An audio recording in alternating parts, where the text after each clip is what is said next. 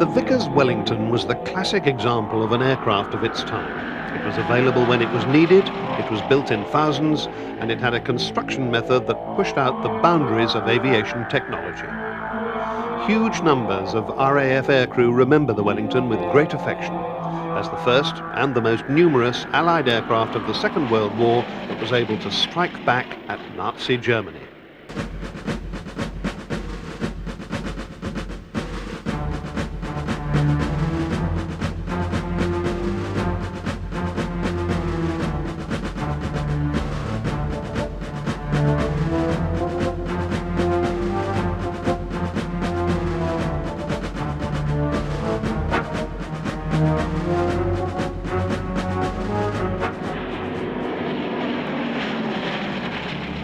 As early as 1934, Winston Churchill had warned the government that Britain must build a new air force.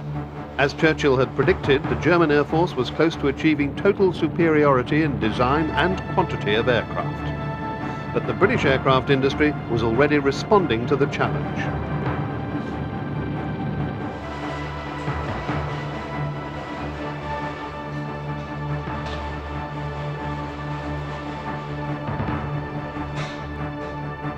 Barnes-Wallis had spent much of his early career designing and building airships. The pinnacle of his achievement in this field was the R100. Built by Vickers and flew to Canada and back in 1929. Vickers had been building airships since 1911, and the R100 was probably the most successful airship ever built in Britain.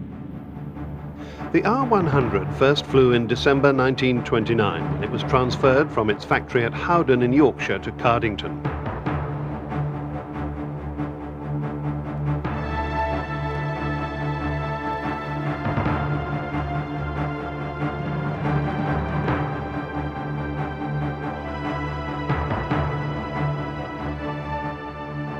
The following year, the great airship made a record flight to Montreal in Canada. It stayed in the air for 78 hours on the way out and 58 hours on the way home. It seemed that the R100 had made airships a commercial reality. But the crash of the infamous government-built R101 in 1930 finally put paid to the whole airship scene.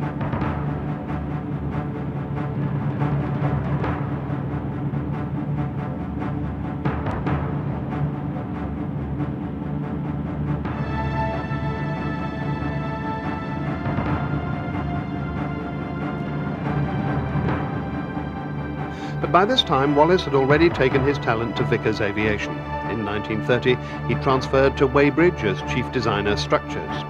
His previous years of research into the use of light alloys and his lattice framework for the R100 were good basics for working on aircraft.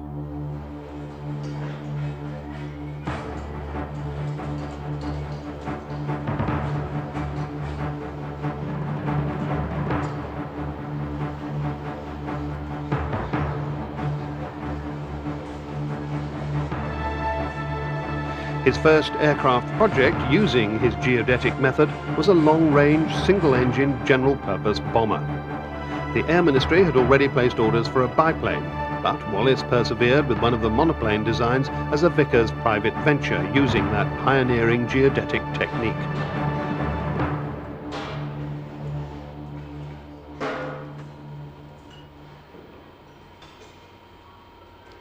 I drew it with the knowledge of how would I go about to make this.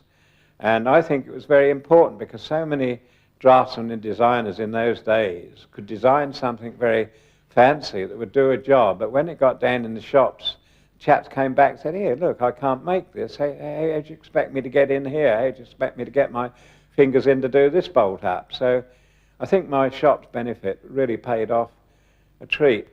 A geodetic line is the shortest route between 2 points on a curved surface. The principle is well known to navigators plotting courses round the world.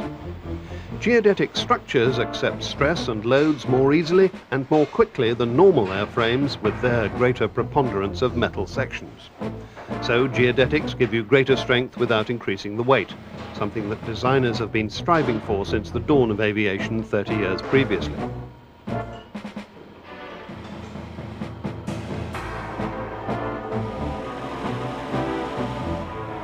Wallis's monoplane flew for the first time in June 1935. It outperformed the Air Ministry's biplane in all respects. Within weeks, the biplane order was cancelled and replaced with one for the monoplane, now called the Wellesley. It entered service with the RAF in 1937. But despite its advanced airframe structure, it was too slow and too lightly armed to cope with new German fighters. Instead, most of the Wellesleys were deployed to the Middle East. There, its long range was invaluable, and there was only the Italian Air Force to contend with.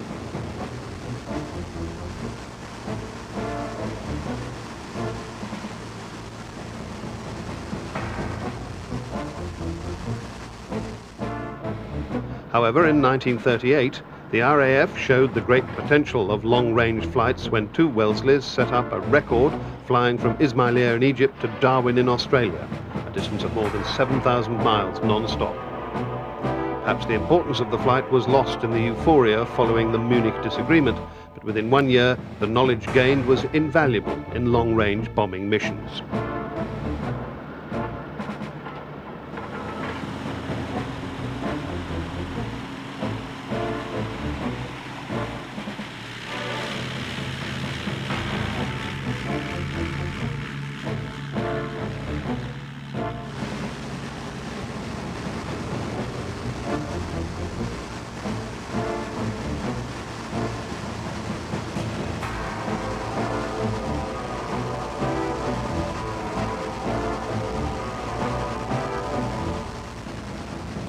In 1932, the Air Ministry had issued a new specification for a heavy bomber. Its weight was restricted by the terms of the Geneva Disarmament Conference.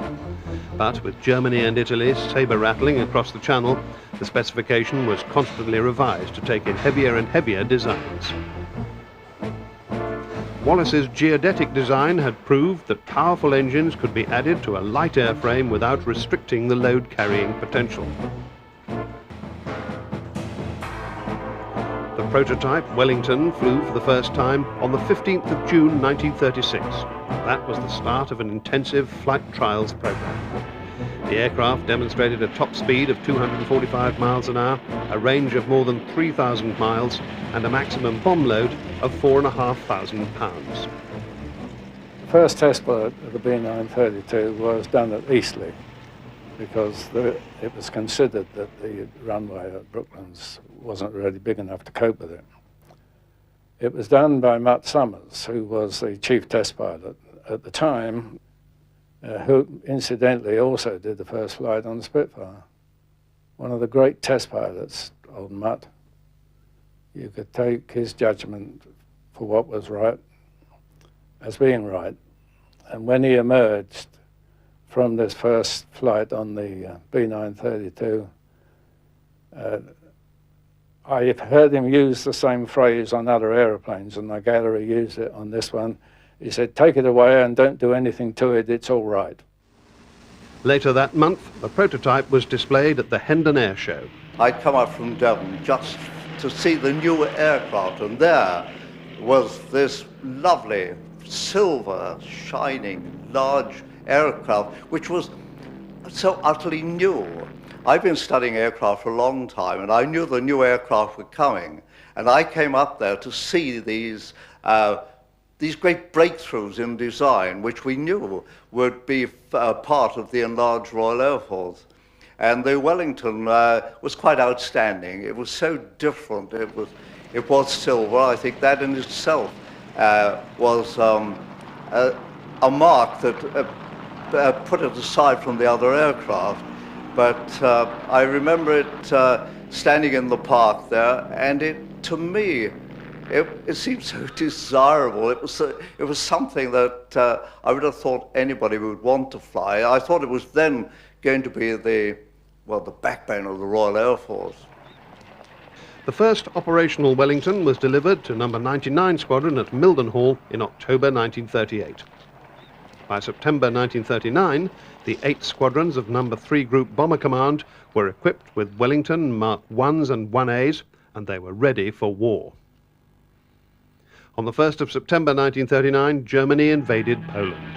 At the spearhead of the invasion was the Luftwaffe with 1,600 aircraft. Meanwhile, the Air Ministry was concerned about speed of production. but it was obvious that production rates were going to exceed what we could hopefully produce in the Weybridge factory. And so two shadow factories were set up, one at Chester, which was essentially just an assembly plant, and another one at Blackpool, which did quite a bit of manufacturing and assembly.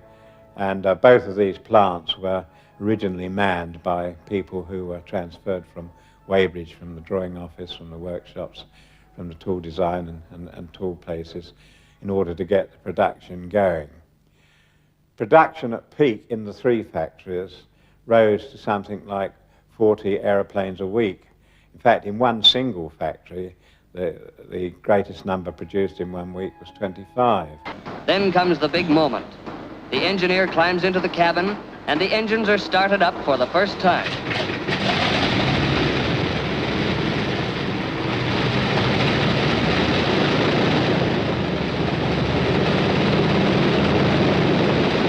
Everything has received its final test and okay, and the bomber is ready for the takeoff.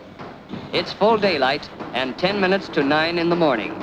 10 minutes short of an exact 24-hour day that the finished bomber is rolled out onto the tarmac adjoining the factory. The record is going to be really shattered, and no mistake.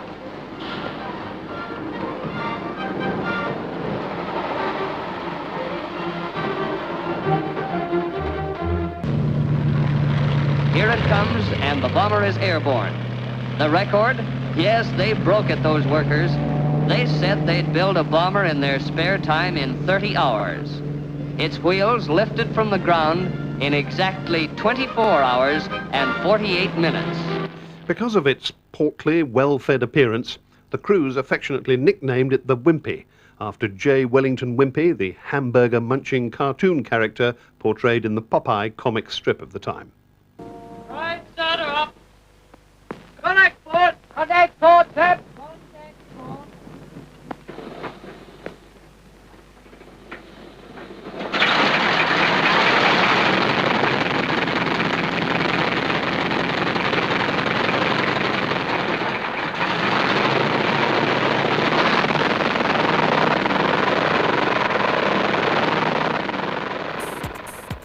From the 4th of September, the bombers began dropping leaflets over Germany, appealing to the German population to give up their warlike ambitions before it was too late. But the value of these raids was questionable, to say the least. More importantly, Wellington's attacked German naval targets. Losses mounted from the very first raid. The main problem seemed to be a lack of defensive armament to cope with enemy fighters. Wellingtons had the standard front and tail turrets, and on the Mark I's, an unpopular retractable under turret, but they were of old design and they couldn't traverse through 180 degrees. It was not until the Mark II that new Fraser-Nash turrets were added, together with beam guns that replaced the under turret. Another problem was that there was no agreed formation for the aircraft. Individual pilots could choose where to fly.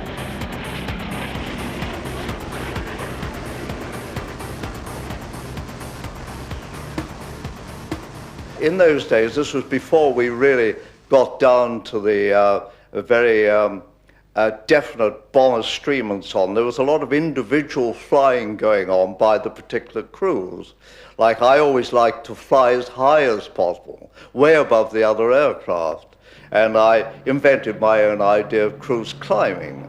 I found I could get down to the edge of the Ruhr, and I'd be way over 20,000 feet.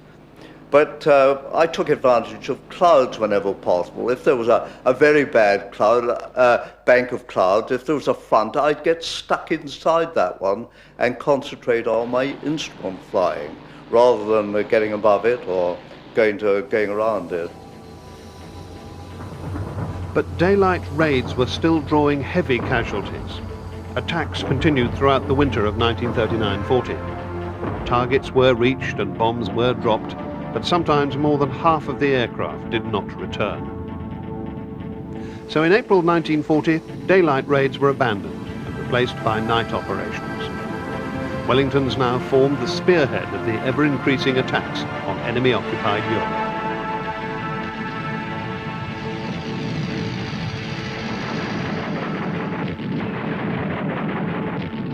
It also helped that Germany's night fighter force was still depending on pilots' eyesight rather than even the most rudimentary form of radar.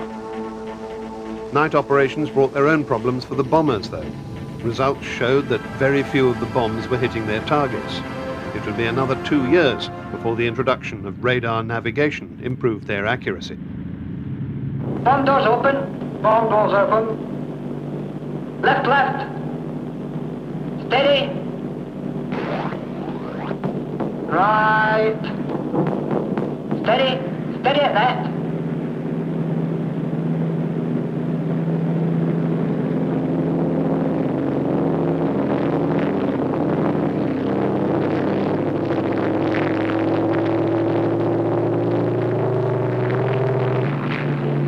Bomb's gone.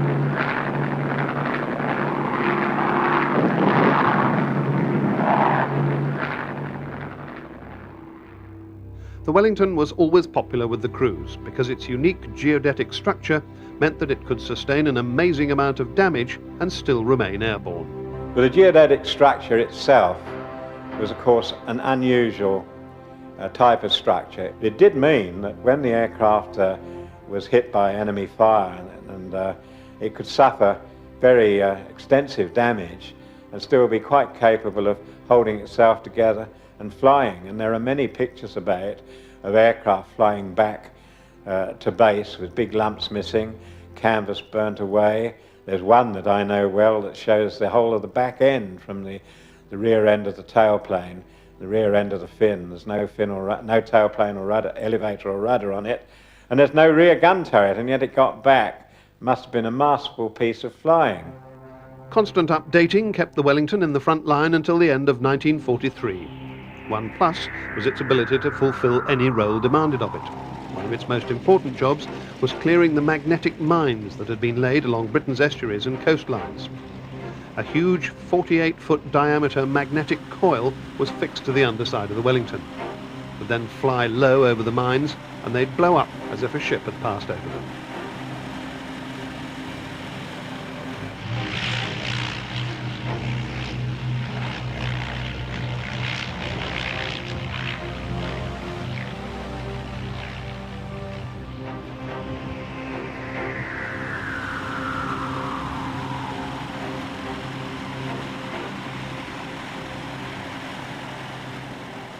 It worked by a simple process of a generator in the aeroplane being driven by a Ford V8 and this massive coil hung underneath. That produced a magnetic field which triggered off the bomb not knowing whether it was a ship or whether it was something else. That was a tough job, but what got even tougher was the pressure that came from the First Lord of the Admiralty, one Winston Churchill, who insisted every night on having a set of photographs taken so that he could see how far we got since the night before.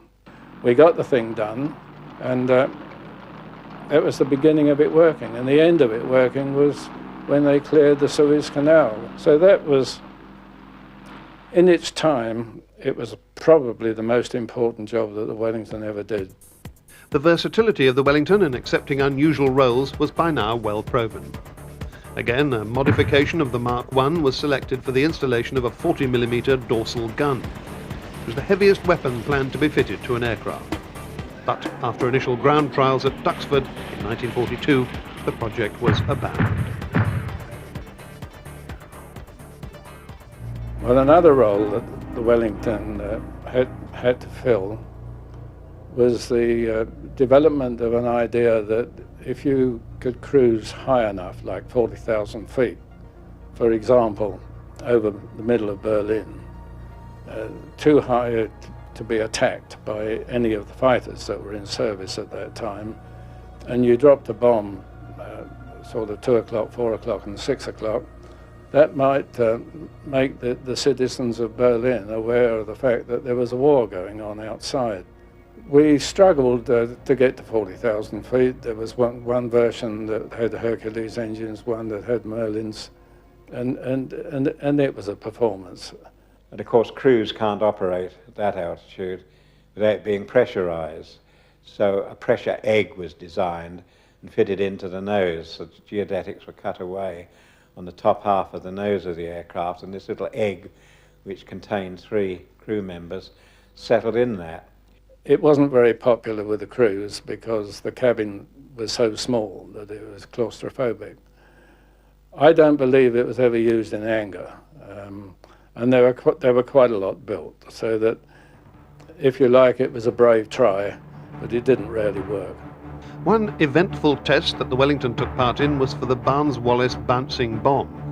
Early versions had a steel casing that shattered when it hit the water. Later tests were hugely successful.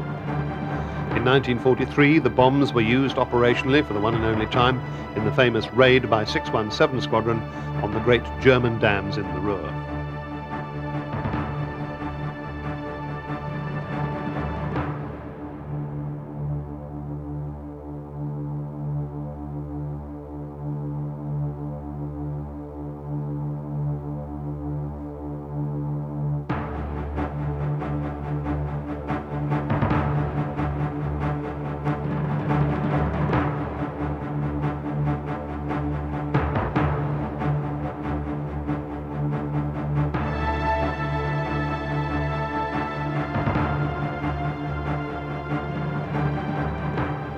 The versatility of the Wellington seemed to show no bounds. They were flown by every RAF command, apart from Fighter Command.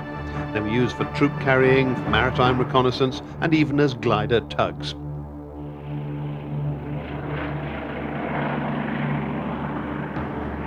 Finally, after the war, a Wellington Mark 10 flight tested the Rolls-Royce Dart engine. That was the famous turboprop that powered the Vickers Viscount and many other aircraft.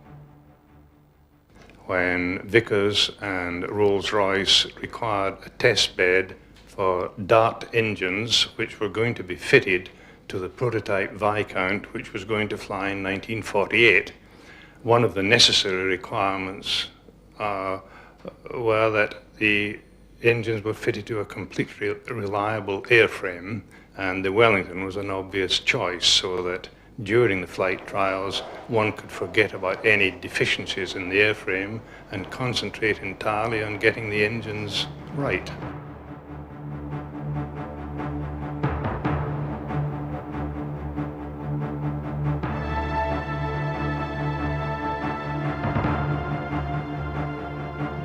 The ubiquitous Wellington earned a distinguished reputation for its multiple roles, and it holds a special place in the hearts of all those who flew it or who worked on it. But it wasn't the end of Wallis's geodetic designs. 2 further aircraft were produced during the war, but they both suffered from problems beyond their control. The first was the Warwick, originally developed in tandem with the Wellington as a heavy twin-engine bomber. But by the time a suitable engine was found, the need for the aircraft had long since disappeared. 845 of them were built, but not one ever reached a bomber squadron. Most of them were transferred to air-sea rescue or transport or meteorological duties.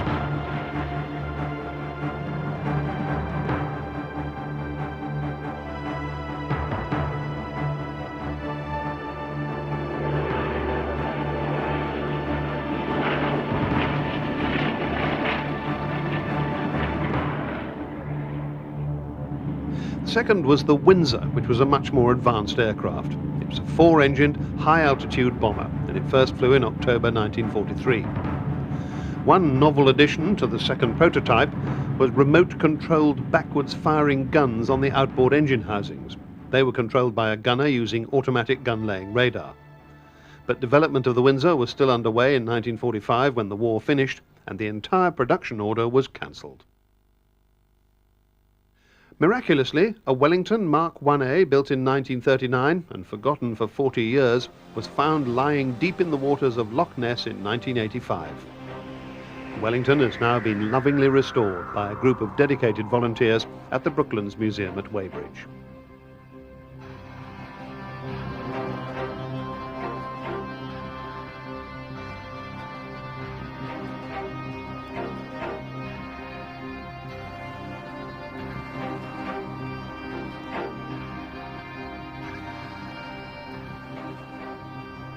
The Wellington was certainly a great aircraft. More of them were built than any other multi-engine British bomber.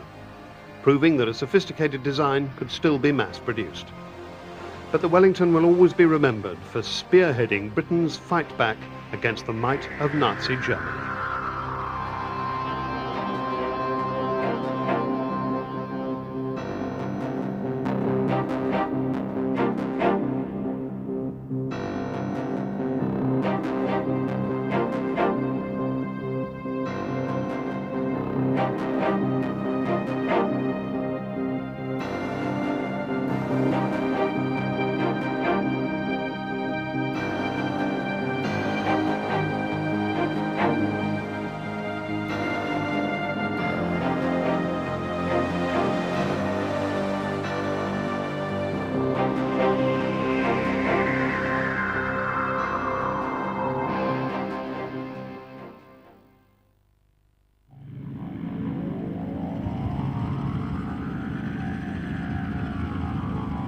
The Bristol Blenheim has been described as the forgotten bomber. The Blenheim was virtually obsolete at the beginning of World War II, but it became the backbone of the RAF's light bomber force during the first 3 years of the war.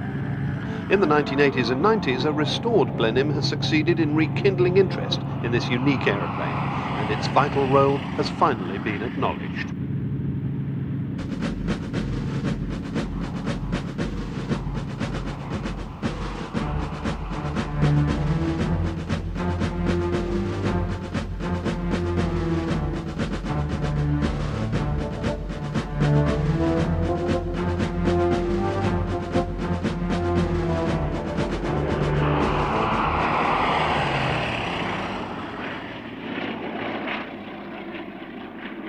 The 1920s were barren years for the British aircraft industry. There wasn't much investment in new aircraft for the RAF, so existing types stayed in service far longer than their useful life. Even the few new aircraft that did arrive were hardly much improved from the aeroplanes that were around during the First World War. Apart from maintaining a severely reduced home defence force, the main job of the RAF in the interwar years was policing the British Empire. But the far-flung outposts of Iraq and India did not offer the kind of opposition that required highly advanced aircraft.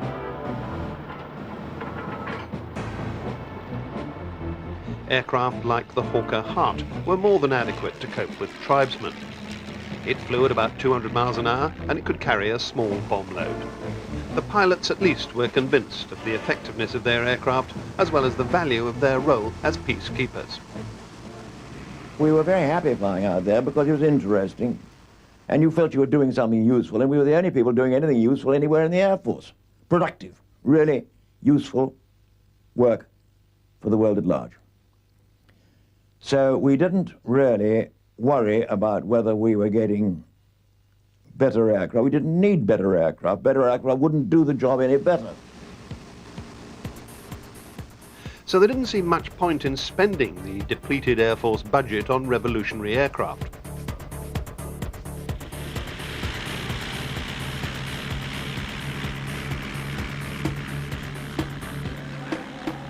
Same thing applied to heavy bombers. By 1932, old biplane designs like the Handley Page Hayford still formed the backbone of the RAF's heavy bomber force, with their fixed undercarriages and their open cockpits. In 1933, Adolf Hitler, Germany's Nazi leader, walked out of the Geneva Disarmament Conference and declared that he would rebuild his military war machine. High on his list of priorities were modern fast bombers and fighters for the Luftwaffe. It was time for the RAF to expand and modernize. By the mid-30s, the Luftwaffe was starting to get its new aircraft. Soon the world would see such terrifying sights as a dive-bombing Stuka screaming towards the ground, dropping its bomb with pinpoint accuracy. During the Spanish Civil War, German bombers attacked defenseless cities, bombing and slaughtering indiscriminately. The Luftwaffe's Condor Legion gained valuable experience against Spanish cities like Guernica and Barcelona. Any lingering doubts about the potency of the bomber soon disappeared.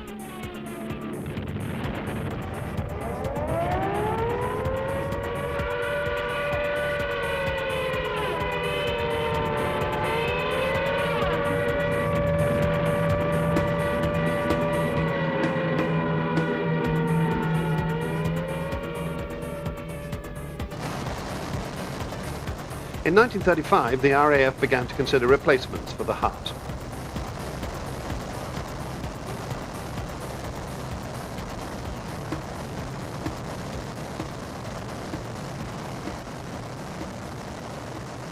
They had to look no further than the Bristol Aeroplane Company and its new Type 142.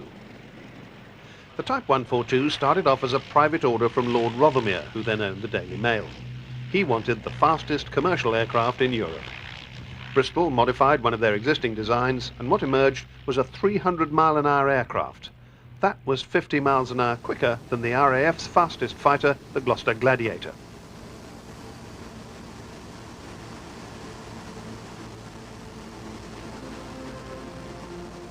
The Type 142, called Britain First, flew in 1935. The RAF sat up and took notice straight away. Lord Rothermere promptly gave the prototype to the Air Council.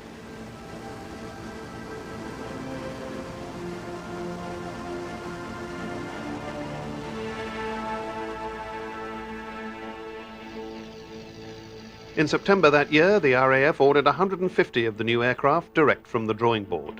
Frank Barnwell's design team modified the civilian airliner, and it metamorphosed into a light bomber called the Bristol Blenheim. The Blenheim entered squadron service in March 1937. The service aircraft was heavier than the original, and that meant that the top speed was down to about 270 miles an hour. But still, the sleek lines and the powerful Bristol Mercury engines made it an object of desire.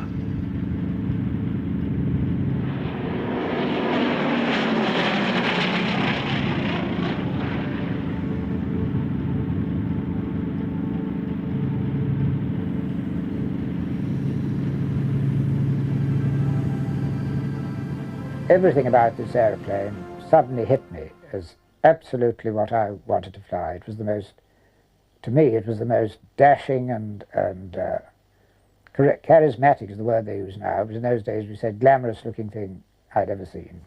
It was in daylight camouflage, and I said, "What aeroplane is that?" I said to somebody. "What is it?" They told me, "It's a Blenheim." And from that moment I decided that I was going to fly Blenheims, somehow. This rare but damaged wartime colour film clearly illustrates the Blenheim Mark I. It had 3 crew members: pilot, navigator bomb aimer, and wireless operator gunner. Unfortunately, the nose of the Blenheim was so small that the navigator could hardly fit in.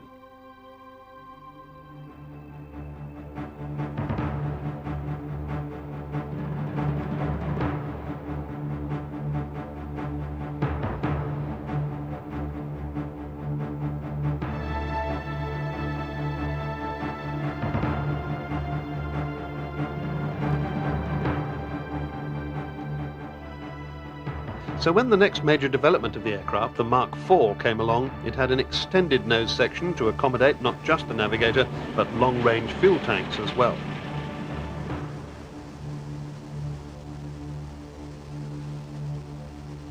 On the 3rd of September 1939, Britain declared war on Germany.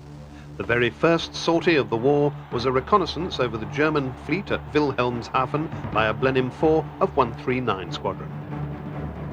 But when the first bombing raids began, it soon became clear that the Blenheim could not defend itself. It was extremely vulnerable to German fighters. On May the 17th, 1940, 12 Blenheims of 82 Squadron took off from Watton in Norfolk to attack German forces in Belgium. The raid ran into heavy flak and fighter defences. 11 Blenheims were shot down. Just 1 got back to Watton, and it was severely damaged. In just 1 raid, the squadron had been decimated. So on arrival at Watton, of course, we found the ground staff and so on very gloomy, as you can imagine. Morale out there was a bit shattered, to put it mildly. And I mean, it must have been pretty sobering to find that they sent a whole load of aircraft out and none came back. Things were a bit sort of fraught. They flew in new Blenheims for us and so on. And we wondered what in heaven's name was going to happen next. But soon afterwards, the squadron was reformed. On August the 13th, the crews were woken in the early hours of the morning for a briefing. They were ordered to attack an airfield at Aalborg in Denmark, which was a staging post for Luftwaffe raids on the north of England. This mission was typical of many that had gone before. The squadron, under the command of the recently arrived Wing Commander E.C. de Virac Laat, took off in 2 flights of 6 aircraft each.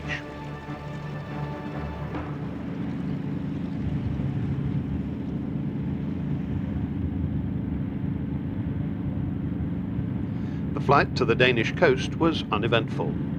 Cloud was a necessity on daylight raids. It was the only defence against the fast German fighters like the Messerschmitt Me-109E. Also, the target was 900 miles from base. With the Blenheim's radius of action of no more than 1,000 miles, it was essential that the aircraft should not have to do any evasive manoeuvres. One of the things we'd learned about the Blenheim was that it was not really a very good fighting aeroplane. It carried a small bomb load, only 1,000 pounds when all said and done, which is not a tremendous weight of bombs. Carried one little pop gun in the back to try and discourage the fighters from coming near it, and it was very vulnerable to being attacked underneath and so on. So that basically we'd learned that the right thing to do was to go in cloud as much as you possibly could, so you could pop in the base of it, so you could pop into it if there's anything aggressive that was coming in your direction, and hide for a bit. And having attacked your target, which were usually coastal targets or that type of thing, the thing was to go right down onto the ground and come home very, very low level so that no fighter could get at you very vulnerable underneath. We went up to about 5,000 or 6,000 feet where we were flying between layers of cloud, and had a very pleasant, uneventful trip over the North Sea to Denmark. The problems began at the Danish coast. One aircraft had been forced to turn back, the rest were off course, and to make matters worse, all the cloud cover had disappeared.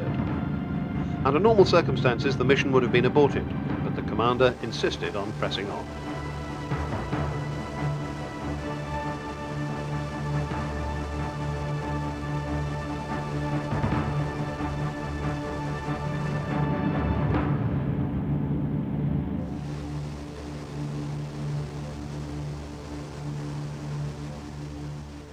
Frankly, my own personal view at the time, and I think a lot of other people's, was, without any cloud cover and with this amount of land cover, we're not going to do it. We're not going to make an attack. There's no sense in it. However, we did. We ploughed all the way, more or less, from the southeastern end of Denmark up to the northwestern end, which must have signalled to every German within many, many miles the fact that we were coming, and making sure that we were going to get a hot welcome. Around noon, the formation was spotted and German fighters were sent up to intercept. Although the Blenheims had 2 guns, they were shorter range than the enemy cannon, so the German pilots could stay out of range and just pump shells into the Blenheims. The 109s took an arcing track around the Blenheims to attack from the rear. B flight was quickly shot to pieces until there was none left in the skies. Then the 109s turned their attention to A flight.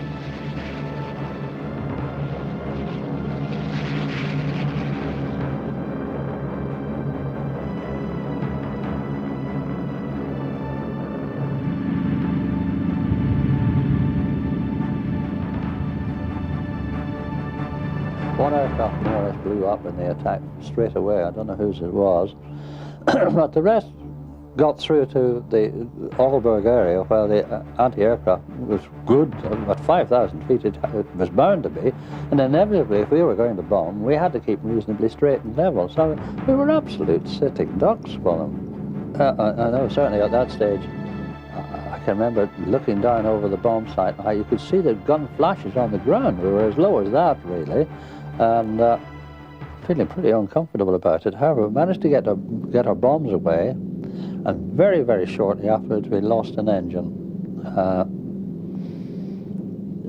So I had a little plan made out in my mind, always being a great believer in having kept all emergencies reasonably covered if possible. And I thought, well, Sweden's not very far away, and that's neutral, and that wouldn't be a bad place to go if the worst comes to the worst. So I had talked to the pilot about it, and he'd heartily agreed with me that this was a good thought. However, it wasn't to be. We had fighters onto us as soon as we left the target area, and basically we then just were trying to, we were out of the formation, one engine on fire, and under attack. And in a very short time indeed, we lost the other engine. And we were left in no doubt that I think Don Blair did the right thing. He picked a good bit of the fjord to put the aeroplane down in. Unbeknownst to him, of course, was that although it looked nice and smooth and so on, there were rocks just under the surface of the water, because he couldn't possibly see.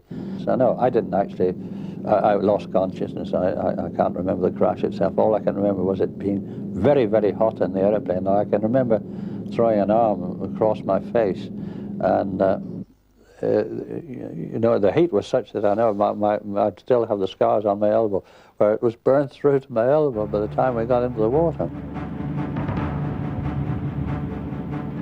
One Blenheim did manage to get away from the scene, but it crashed a few miles away.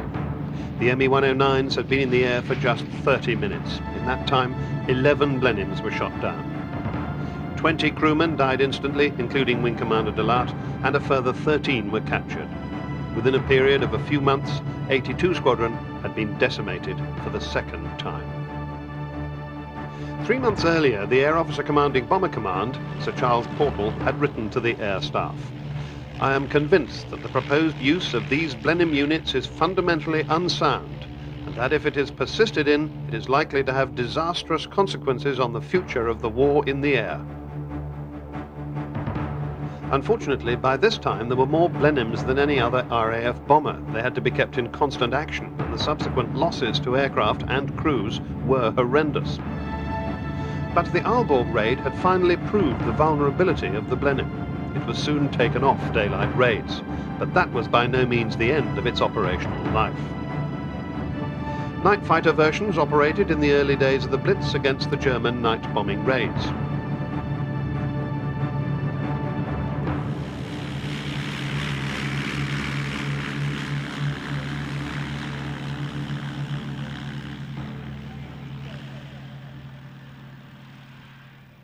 I did all the things of pressing the button, and then the silly lighter went into clouds.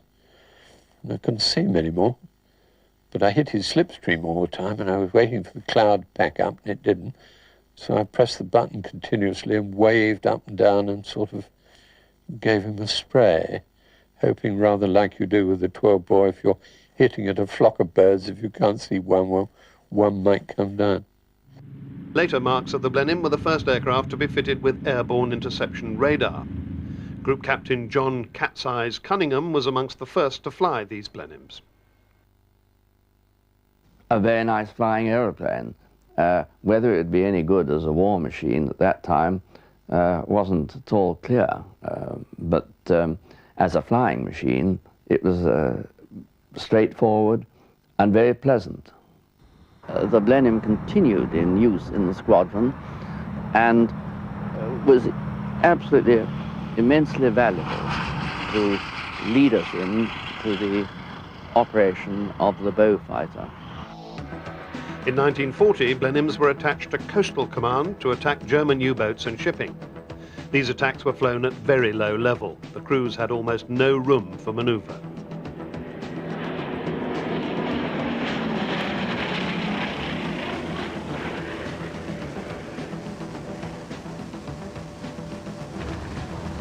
In fact, when you attacked shipping, you flew towards the ships below the decks, height of the ship. You pulled up over the mast, tossed the bomb into the side of the ship, and it had 11 seconds delay, which enabled you to be about 1,000 yards away when it burst. It was no good dropping it on top of the ship because it would just bounce off, and the fuse didn't go off for another 11 seconds. So you had to fly very low, pull up over the mast, and push down the other side.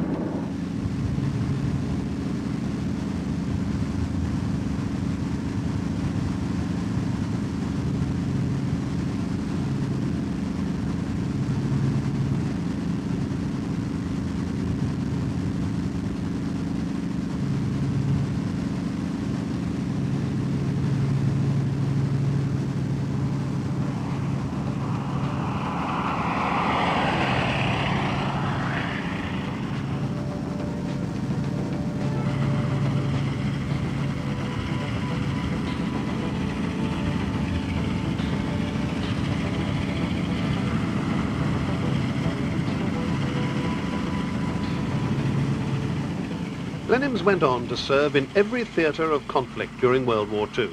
They performed many vital tasks for the RAF. Eventually they were replaced by faster, more heavily armed aircraft like the Beaufighter and the Mosquito. In the decades after the war, the Blenheims' achievements and the bravery of their crews all but disappeared from the history books. They were overshadowed by more glamorous aircraft like the Spitfire and the Mosquito. Nearly 2,000 Blenheims had rolled off Bristol's production line, but eventually not one was left in flying condition.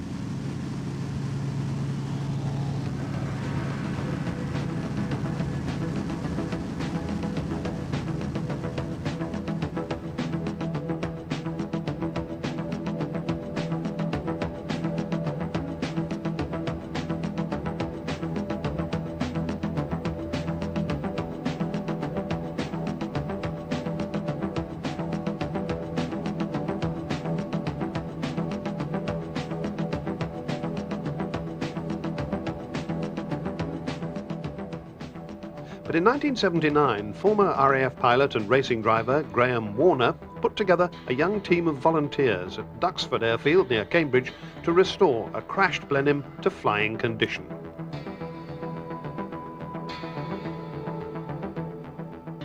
I discovered the Blenheim abandoned here in a hut at Duxford and thought it was such a shame that it was about to fade from the public view altogether that I determined to see the restoration right the way through to getting it back into the air. So I gathered together the team of volunteers and we started to restore this derelict hulk, which is really all that it was, back into a beautiful flying aeroplane. In the years that followed, they spent thousands of hours recreating this famous aircraft.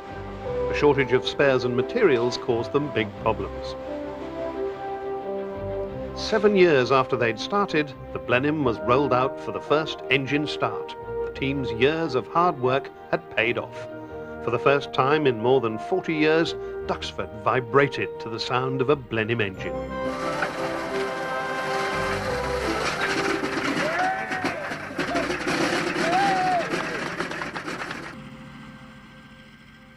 A few months later, on the 22nd of May 1987, the completed aircraft was towed out of the hangar for a momentous first flight.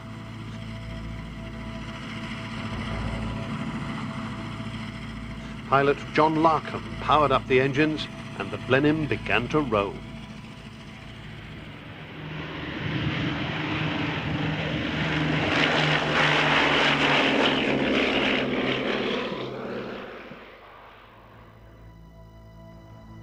Just 1 month later, disaster struck. During a display at Denham Airfield, the pilot attempted an unauthorized touch-and-go landing in the Blenheim. He lost control and the aircraft crashed.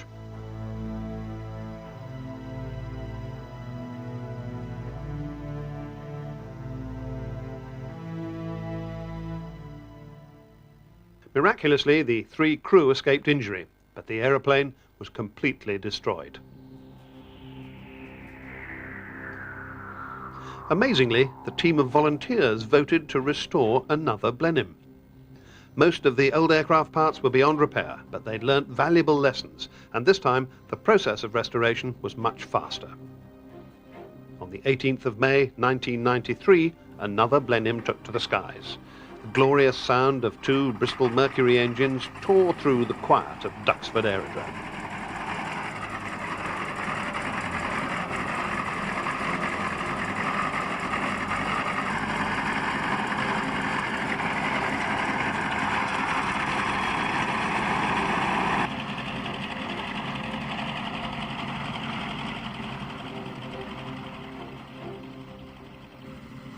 This second aircraft was painted in the colours of a Blenheim night fighter. It was named Spirit of Britain First after the original prototype.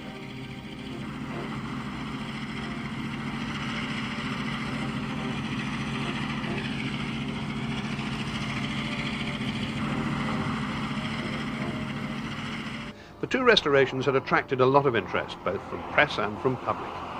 The largely forgotten bomber and its courageous wartime crews were now getting the attention they deserved. The efforts of the team had not only restored an aircraft, but a reputation as well.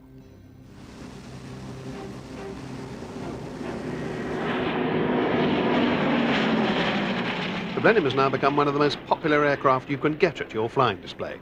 In 1996, it got a new colour scheme. It now appeared in Coastal Command markings. As a postscript, in September 1995, during building work, the remains of a crashed Blenheim were found at Aalborg Airfield. And a propeller now stands at Watton as a memorial to the crews who died on that turning point raid. But the most fitting tribute is this magnificent flying reminder, still proudly carrying that name, Spirit of Britain First.